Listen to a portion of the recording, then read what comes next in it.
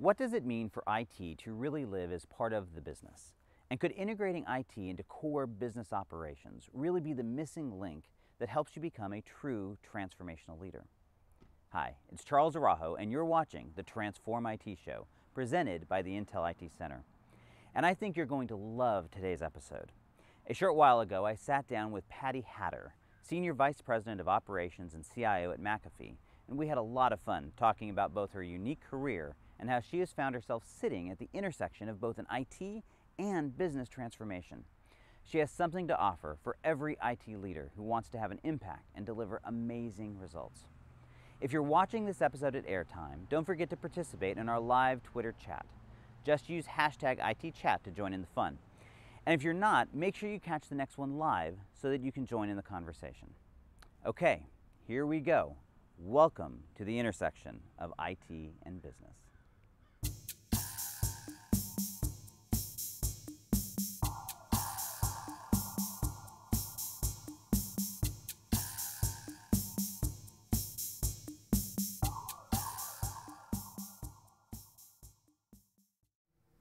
I'm here with Patty Hatter, Senior Vice President of Operations and CIO at McAfee. Patty, welcome to the Transform IT Show. Thank you very much, Charlie. Thanks for having me here. I'd like to start with a question actually about your title, because it represents something a little bit different. Right. I think a lot of IT executives in particular have this desire to kind of move from the world of IT into operations. And so I think that's interesting, but I think what may be more interesting is how you came to that you came actually the other way, from operations into IT. And so maybe tell us a little bit about how that happened. Well, when I look back on the roles that I've had, very diverse. So I started out in Bell Labs, 2 engineering degrees from a very technical school. And I've gone to professional services, to running a P&L, US, Europe, then into operations, and then into this combined role. And how I look at IT and CIOs, there aren't that many roles in an organization that can have such an impact, if you let it, across the whole organization. And I feel very fortunate with the diverse background that I've had, because I can appreciate how different folks feel. The head of sales, I've had a quota. I know what it's like when you're trying to make your number at the end of quarter. I've had to run a P&L. I know when you're trying to pinch the pennies. So I feel as though I can put myself in the shoes of a lot of our customers across the organization, say, what can we do differently? How can we make this better for them? You mentioned that you had a couple technical degrees, also probably slightly unusual for a woman, right? I mean, non-traditional. So I mean, I think in a lot of ways, so the combination of technical degrees and then the operations side, I mean, just how did all those pieces come together for you?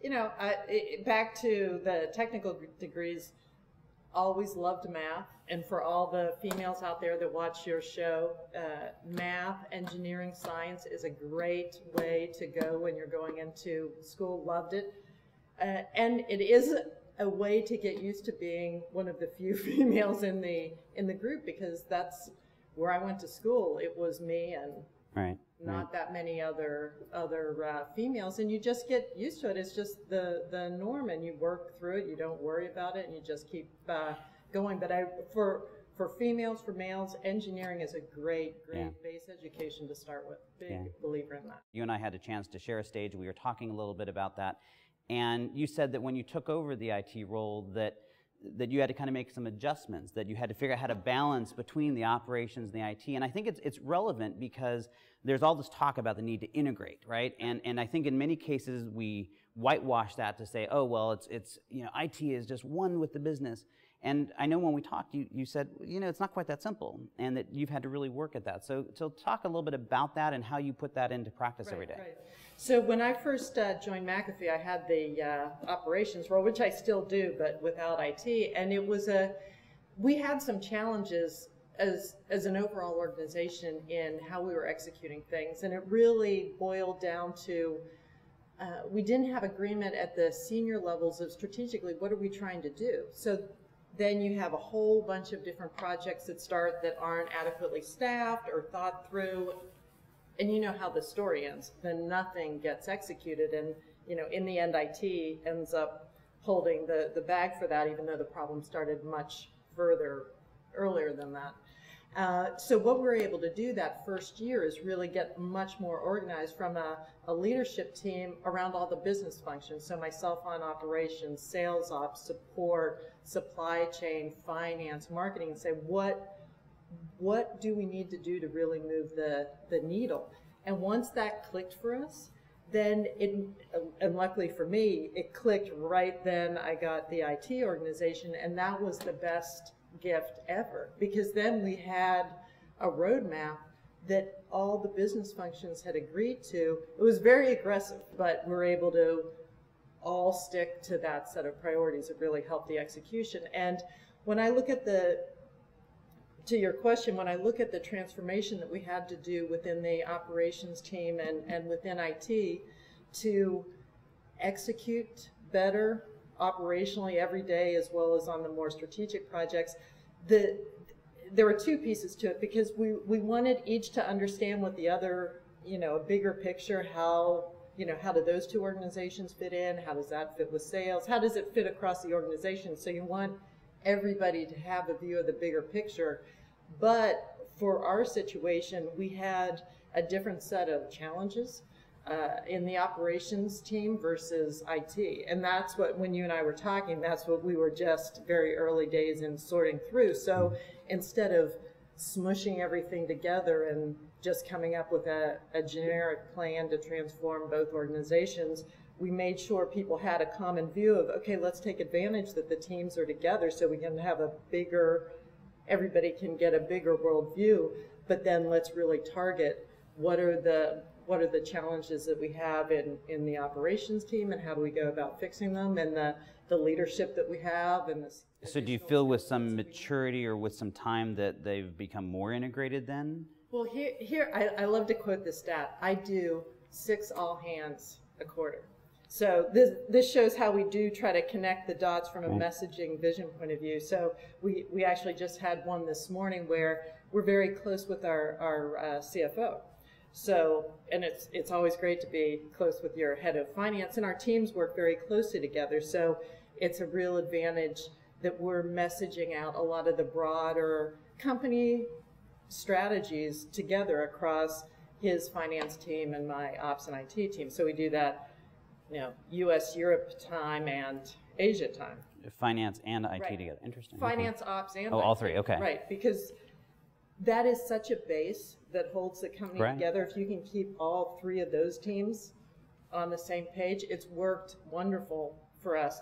And actually, when you look across McAfee, because we just got these scores, so we're so proud of these.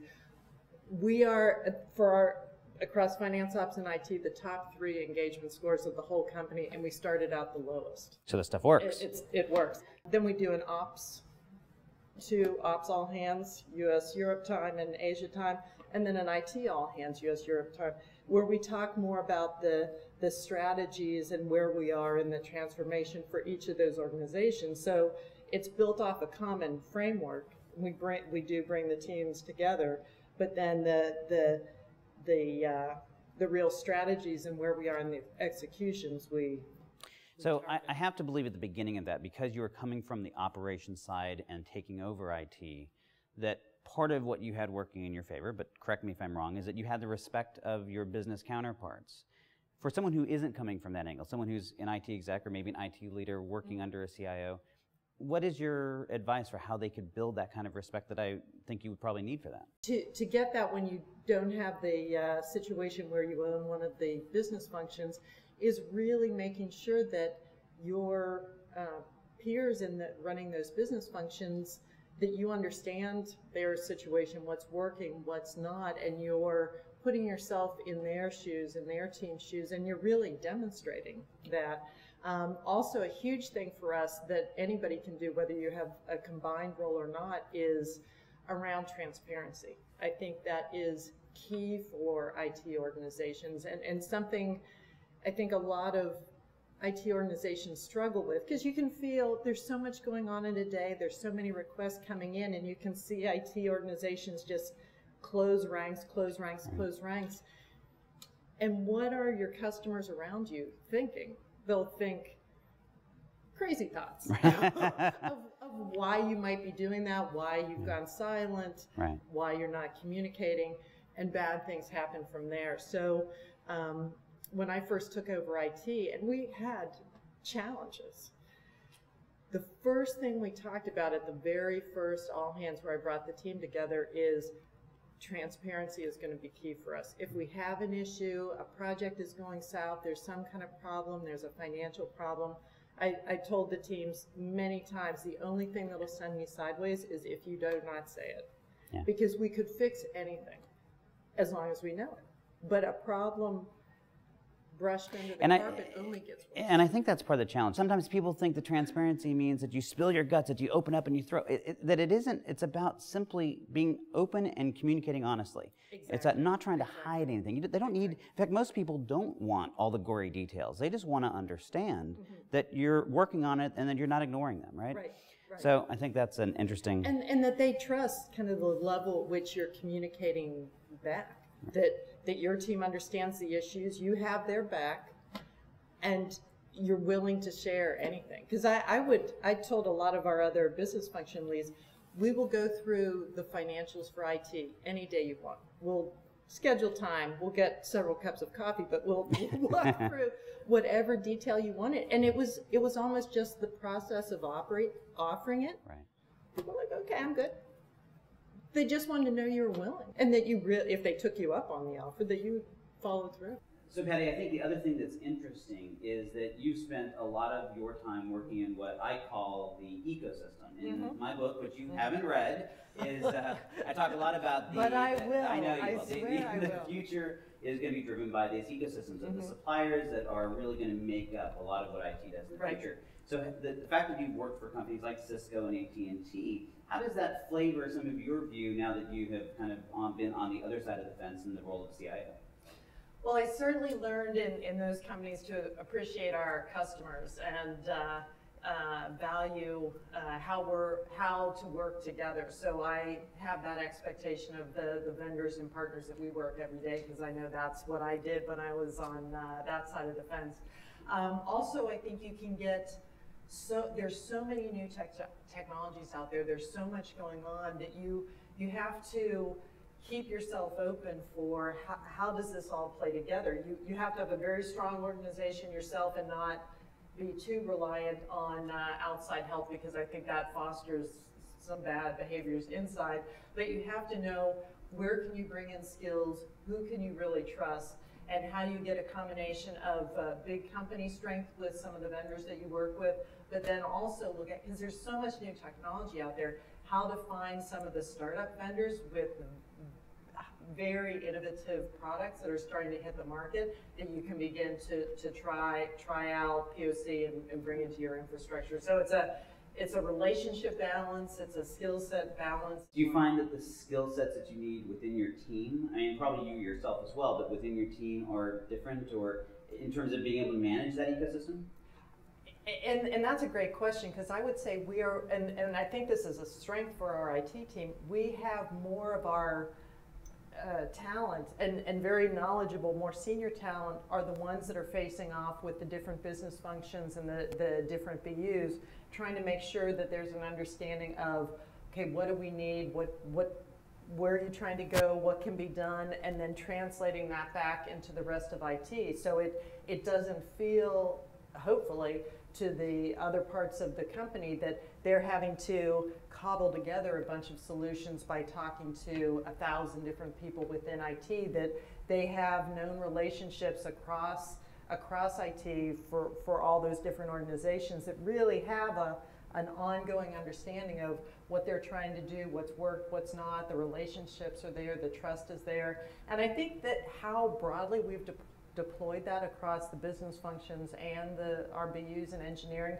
is, I think, a bit unique and probably one of our strengths. So what I really hope out of this show is that people can learn from the individual journeys, because this is about how do you apply this to your own career, your own life. And so I'm curious, I think you're a great lesson in finding that balance. I think it's something that IT organizations in general have struggled with, of finding their home within the business, so to speak. And I think you're achieving that, you're doing that. Mm-hmm. And so is there any one event or any important lesson from your past, whether that's a success or a failure or a struggle, that you think has maybe helped you be successful in finding that balance? I would say, everything is a journey. There's never a perfect relationship between IT and other organizations. And to your question, within each company and within each IT organization, you really have to find the relationship. It's up to the CIO to find the relationship and build that relationship with the senior members across the whole organization, because that's what opens it up for the rest of the teams. And take steps one at a time, because if there isn't a real foundation of trust or execution between the teams, that has to be built. And you see some IT organizations, people will get frustrated of, well, here's what other companies are doing, this should just happen here. And with IT, you really have to earn that trust. That just doesn't come. Functions just don't give you work or allow you to do something. That comes with IT proving that they really are a partner. They can deliver faster than if that business function went to an outside organization.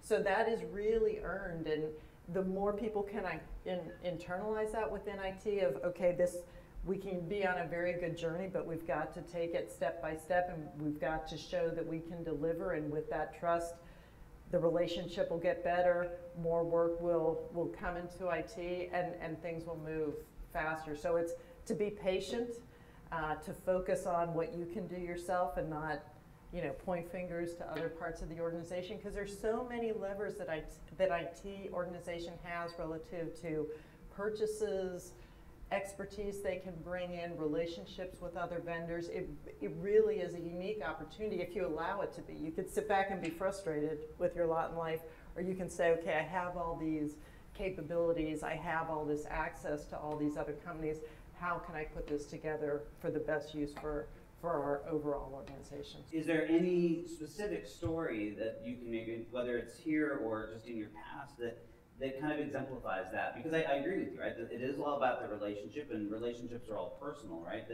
That some moment that kind of helped either. I have some stories. So one that is very recent from this summer that's ending in a very good way. But when I took over IT, we were in this situation where engineering and the BUs felt they weren't getting the service that they needed from IT. And I completely understand why they felt that way. And as a result, a lot of internal IT develops within each of the separate BUs, each of the individual engineering teams, as they have to. You and I would do the same thing Right. if we were in their shoes. And there was different people in the organization that were in IT at the time that were frustrated. They're like, why are they doing that? And when I came into the role, it's like, hey, really, you would do the same. You have a product that's got to get out. You have infrastructure services that you need to be able to deliver. You have a cost model you've got to get to. You do the same. So as soon as we can get to that level, it'll all work out. Trust me, it'll all work out. And we really hit the tipping point for that in the spring, where we had, it was a great thing for our team to see. We had different parts of engineering and the BUs coming and saying, can you just take this back? You take this now. And that is the best compliment you could get from those teams, because they're saying, okay, you've gotten your act together now.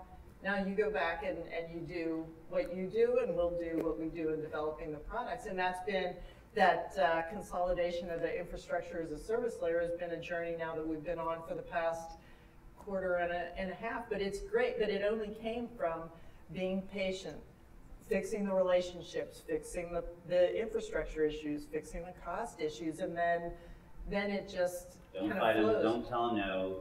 Because you can't tell them no, and that's where having the experience of being in their shoes to say, I would have done the same, and probably even worse. I'm really passionate about the future IT, and even more so, I'm starting to talk about this idea that digital leader, maybe in IT, maybe in the business unit, but this idea that people that are trying to put technology and the outcomes that come with it together. from your own experience, what is the one key or two key messages, and really the action item, something that somebody who's watching this show can go do tomorrow to kind of put them on their own path? Put them on their own path for? Meaning to become this kind of future leader, right? What is the one piece of advice that you would give them? Develop as strong a view of the whole organization, what your customers think and the products, how they use them. Each function, how does it play in? Because again, IT has a unique capability, and I think that's why the different functions can get so frustrated with IT, because the breadth that an IT organization has to cover and the CIO needs to be somewhat conversant on is basically across the whole company. So you can't run away from that. That is just the job.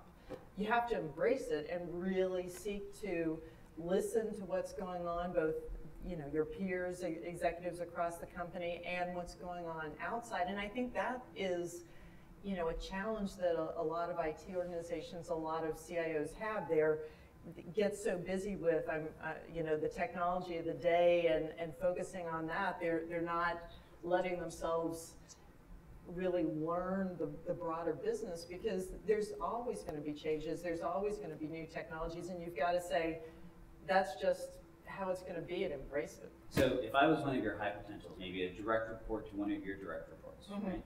And you were mentoring me right here and giving me that advice, what would you tell me that I should go do tomorrow to move myself down that road that you just described?